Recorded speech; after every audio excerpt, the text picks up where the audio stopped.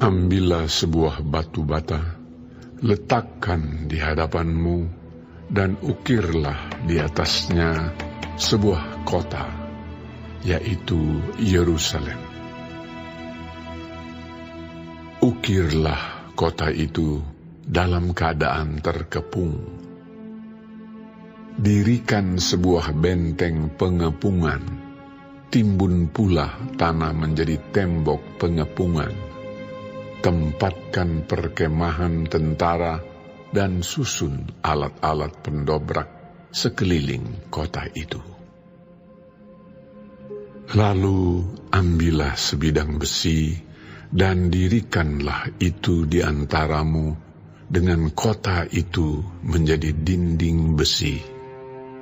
Kemudian tujukanlah wajahmu ke arah kota itu, sehingga kota itu dalam keadaan terkepung, dan engkaulah yang mengepung dia.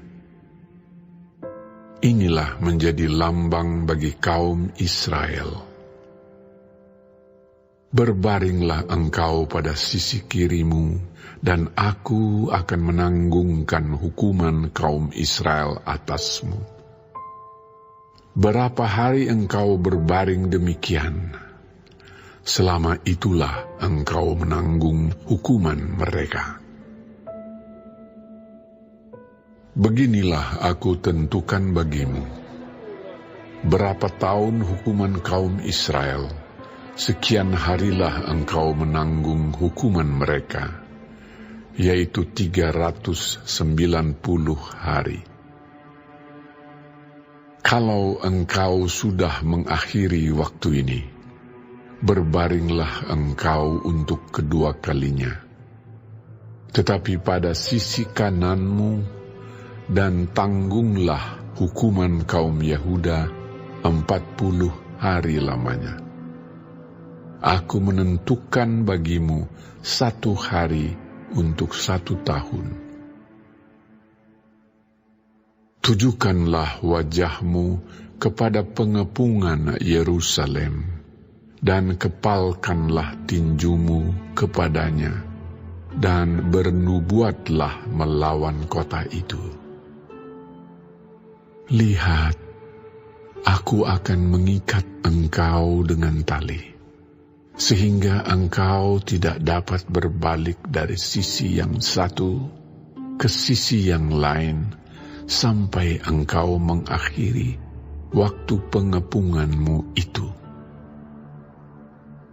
Selanjutnya, ambillah gandum, jelai, kacang merah besar, kacang merah kecil, jawan dan sekoi, dan taruhlah dalam 1 periuk, dan masaklah itu menjadi roti bagimu.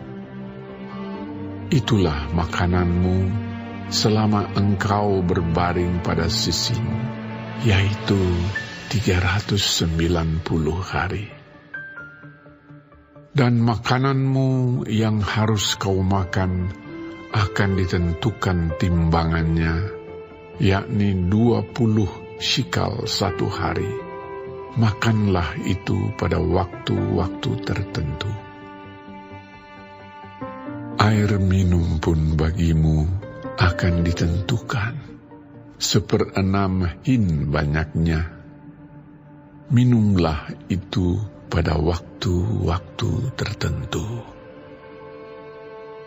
Makanlah roti itu seperti roti jelai yang bundar, dan engkau harus membakarnya di atas kotoran manusia yang sudah kering di hadapan mereka.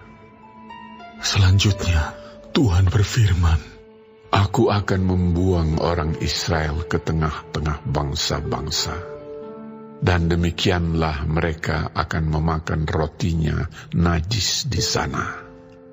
Maka ku jawab, aduh, Tuhan Allah, sesungguhnya aku tak pernah dinajiskan. Dan dari masa mudaku sampai sekarang, tak pernah ku makan bangkai atau sisa mangsa binatang buas.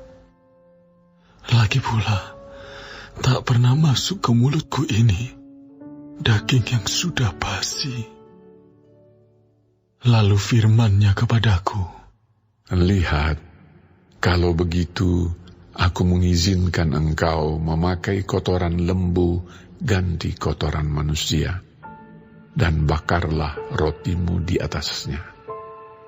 Sesudah itu, Ia berfirman kepadaku, Hai anak manusia, sesungguhnya aku akan memusnahkan persediaan makanan di Yerusalem, dan mereka akan memakan roti yang tertentu timbangannya.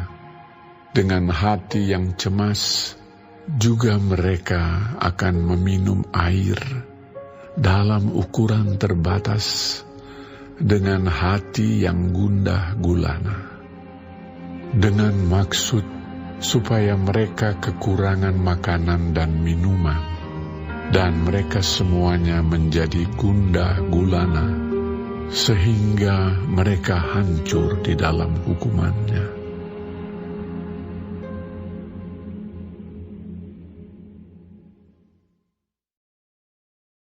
Shalom semua jemaat Tuhan, kembali kita di dalam pendalaman Alkitab Clear Sight. Sekarang kita sudah memasuki kitab Yehezkiel 4. Tuhan Yesus memberkati.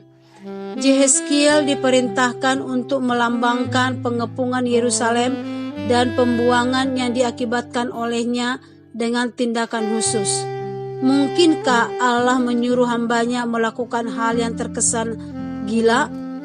Mengapa nubuat penghukuman yang harus disampaikan Yehezkiel kepada Israel, yaitu pengepungan dan pembuangan Yerusalem, diukirkan pada sebuah batu bata? Pesannya adalah bahwa Tuhan sendiri diwakili Yehezkiel akan melawan Yerusalem. Lalu Yehezkiel disuruh berbaring pada sisi kiri selama 390 hari, dari sisi kanan selama 40 hari, di dalam ayat 4-8. 390 hari melambangkan 390 tahun sejak Salomo menyimpangkan Israel dari kesetiaan menyembah Tuhan sampai saat Yehezkiel memperagakan nubuat ini. Tahun-tahun itulah Israel telah melakukan kejahatan. Sedangkan 40 tahun lamanya Yehuda akan menanggung hukuman di pembuangan. Akibat dari penghukuman Tuhan tersebut, keadaan akan menjadi sangat sulit di dalam ayat 16-17. Hal ini diperagakan Yehezkiel dengan memakan makanan di dalam ayat 12. Makanlah roti itu seperti roti jelai yang bundar, dan engkau harus membakarnya di atas kotoran manusia yang sudah kering di hadapan mereka. Hal ini diprotes oleh Yehezkiel karena najis di pandangannya di dalam ayat 13-14. Dilihat dari jumlah hari yang tidak sebanding, kita bisa belajar dan melihat satu hal yang penting, di mana sekeras-kerasnya Tuhan menghukum umatnya, tujuannya bukan untuk menghancurkan umatnya. Ternyata masa keberdosaan, masa jahatnya umatnya itu tidak sebanding dengan masa penghukuman. 390 tahun dalam keberdosaan, 40 tahun penghukuman. Ini membuat kita sadar akan anugerah Tuhan dan tidak lagi bermain-main dengan dosa. Tuhan Yesus menolong kita untuk senantiasa hidup dalam perkenan-Nya. Amin. Tuhan Yesus memberkati.